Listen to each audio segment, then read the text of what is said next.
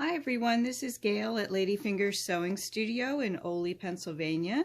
Today I'm going to share with you how to cut out block number 5 from our Made and Found quilt along that started 5 weeks ago and will continue through the end of October of 2024. So there's 36 blocks in all, plus there'll be 6 bonus blocks in case you want to make your quilt bigger.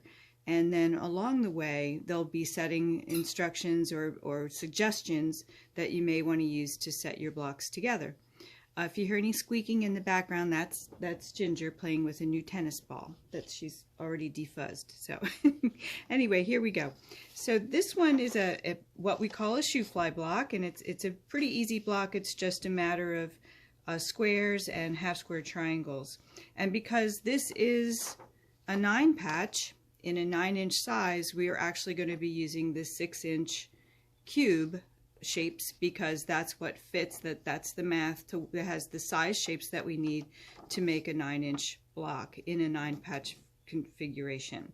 So the 2 shapes that we're going to be using are the half square triangle, and this is from the 6-inch cube, and it is shape number 3.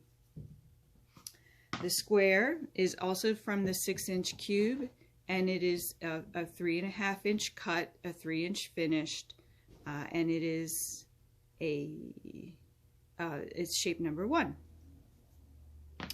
Okay, so first we're going to cut our background, which is color number 1 in the diagram, and I'm going to use a very light blue Dimples Mist fabric for that. So first we're going to cut out our 4 squares.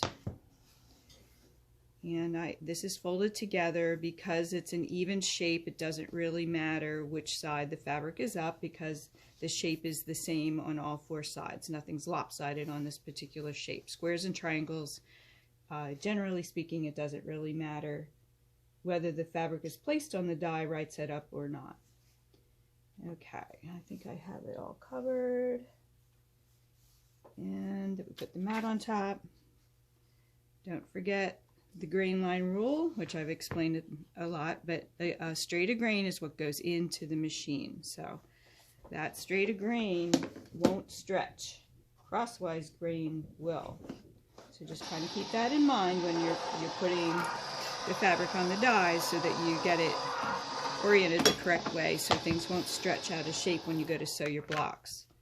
So here we go. We have our 4 squares of the background, and then I need 4 half square triangles to do the corners of the shoe fly block. Since I have 2 triangles on the die board, I only need 2 layers of fabric. There we go. And again, orienting the grain properly.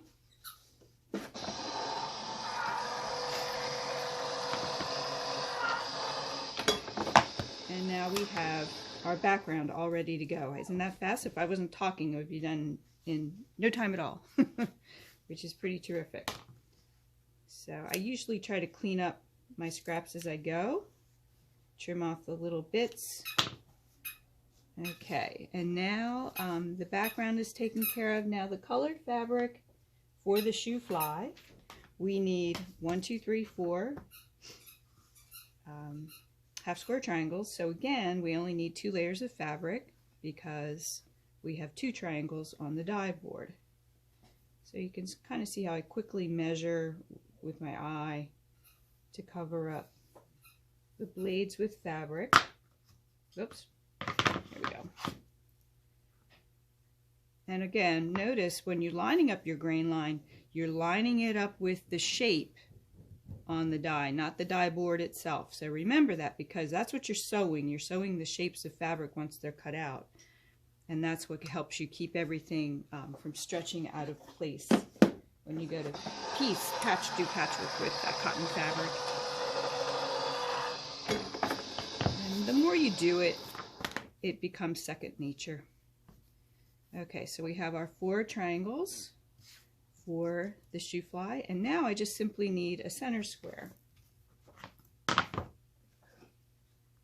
Place my fabric down, Make sure it's nice and straight. And away we go.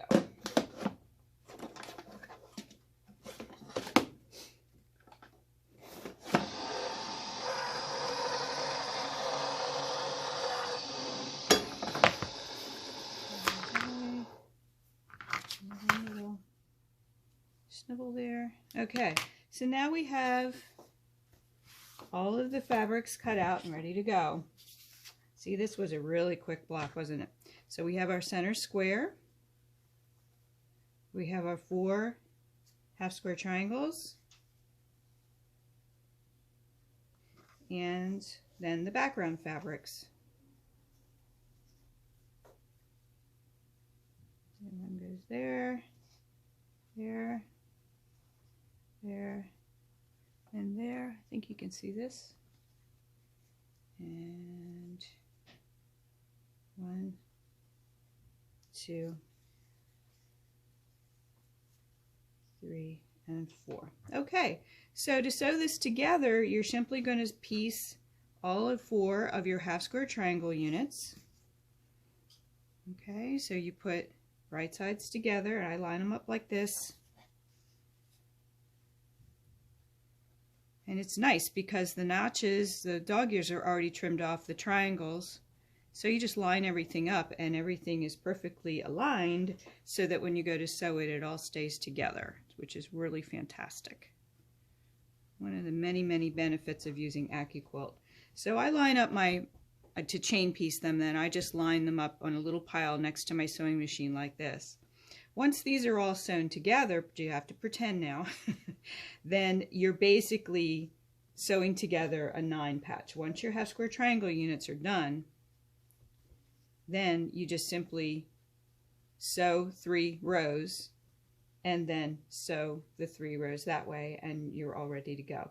Shoe fly is a wonderful block. It's great for scraps. It's you can make a whole quilt out of shoe fly in everything from reproduction to Cafe and Tula. You could just have a good old time with this block. I have friends who this is totally their favorite block.